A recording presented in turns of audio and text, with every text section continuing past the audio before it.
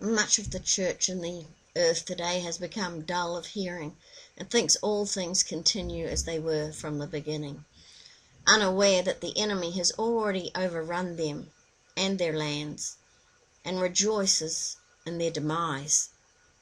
For it is written, knowing this first, that there shall come in the last days scoffers, walking after their own lusts, and saying, where is the promise of his coming? For since the fathers fell asleep, all things continue as they were from the beginning of the creation. Now this is more than obviously not referring to the lost, the unsaved, but rather those who have heard the word, who know the word. For it is written that Jesus said, for this people's heart is waxed gross, and their ears are dull of hearing, and their eyes they have closed, lest at any time they should see with their eyes and hear with their ears, and should understand with their heart, and should be converted, and I should heal them. What does it mean when it says their hearts are waxed gross?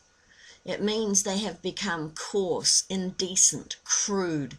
They are given over to their flesh and the lusts of their flesh. They are not walking in the Spirit. They have been overcome. What are the works of the flesh? It is written, now the works of the flesh are manifest, which are these: adultery, fornication, uncleanness, lasciviousness. Lasciviousness means lustful, and some preachers today are more concerned with the sex lives of their congregations than they are their spiritual lives. A couple of examples would be the following to pastors, if I dare call them that.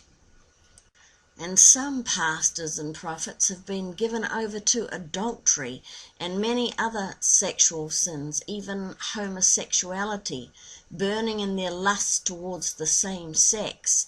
Some have even given themselves to pornography, and some even to crimes against children. Men such as this are also vain men. Then, such as these have the audacity to put themselves back behind the pulpit, showing no true repentance or shame, and just for the record, blubbering in public doesn't count as true repentance. Reverend Jimmy Swaggart was caught with a prostitute, but obviously could not give up his golden goose financial empire / ministry, so he took to the pulpit again.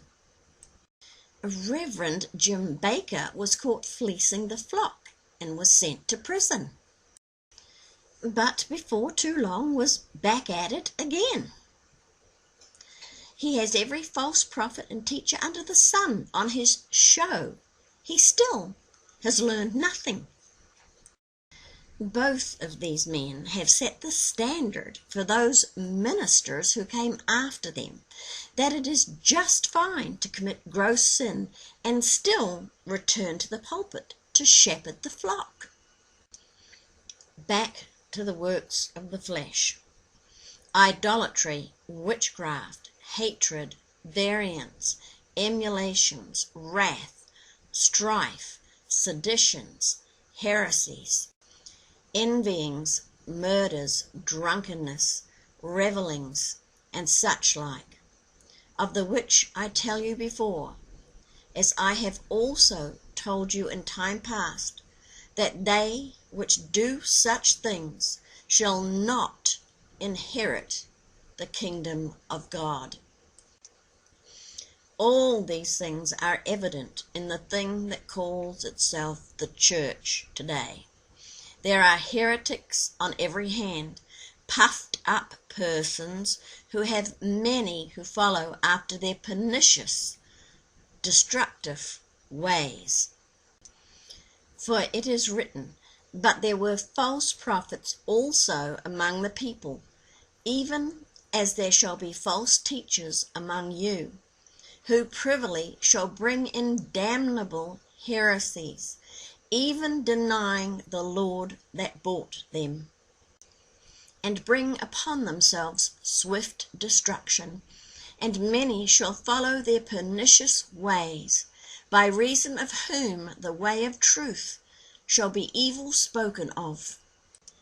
And through covetousness shall they with feigned words make merchandise of you, whose judgment now of a long time lingereth not, and their damnation slumbereth not. The covetous, those who hunger after money, who are never satisfied, who continuously covet more of the world's goods, those who gather possessions to themselves, whose cups run over with the world's wealth. That is all vanity. It is written of these people, having eyes full of adultery, and that cannot cease from sin, beguiling unstable souls, and heart they have exercised with covetous practices, cursed children. To beguile is to cheat or deceive by trickery, to ensnare, to delude, to amuse, to divert. In the case of those who profess to be Christians, they try to divert sheep from the truth, and very successful they have been. I must give them the credit for that. But God's people have become dull of hearing. Those who heard the word and rejoiced at the first have become weak and lukewarm, and have believed the lies of Satan and his ministers. They have left their first love. They have allowed their flesh to rule. They have returned to the world and the things of the world. They have decided to enjoy the world and the things of the world rather than suffer with their brethren. All manner of divination, heresies, witchcrafts, and sorceries are at work in the thing that calls itself the church today, at the hand of so-called pastors, evangelists, preachers, teachers, apostles, prophets, and prophetesses. The modern-day apostasy had its roots with these people, and then it continued on down the line to all those that are very well known today, for their compromise, for their lukewarmness, for their false teachings, for their false prophecies, for their fleecing of the flock, for their amassing of great fortunes. Today they have a whole new generation of followers for their signs and their wonders, and all manner of sorcery being perpetrated upon the people. Then we have those who are seducing the youth by the droves, not just in the United States, but unfortunately worldwide. Woe unto such as these. It seems there are no end to the number of these false teachers and false prophets that have just come out of the woodwork over the last 30 years. They have multiplied like cockroaches upon the land. The utter religious arrogance of such men as these is absolutely sickening, but is not only sickening to the true child of God, but it is sickening to God himself. And all such as these, one of these days, if they do not meet their judgment while they are here on this earth, they will most certainly face their judgment after their death. All such as these, when they stand before God, shall give account for all they have done on this earth, how they have set themselves above the sheep of God as somehow more cherished by God, more valuable to God, more able to sit in authority over his sheep.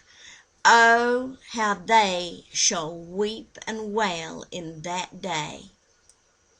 And all the sheep who have blindly followed after these wolves and believed their every word instead of searching the gospel for themselves shall also come unto judgment.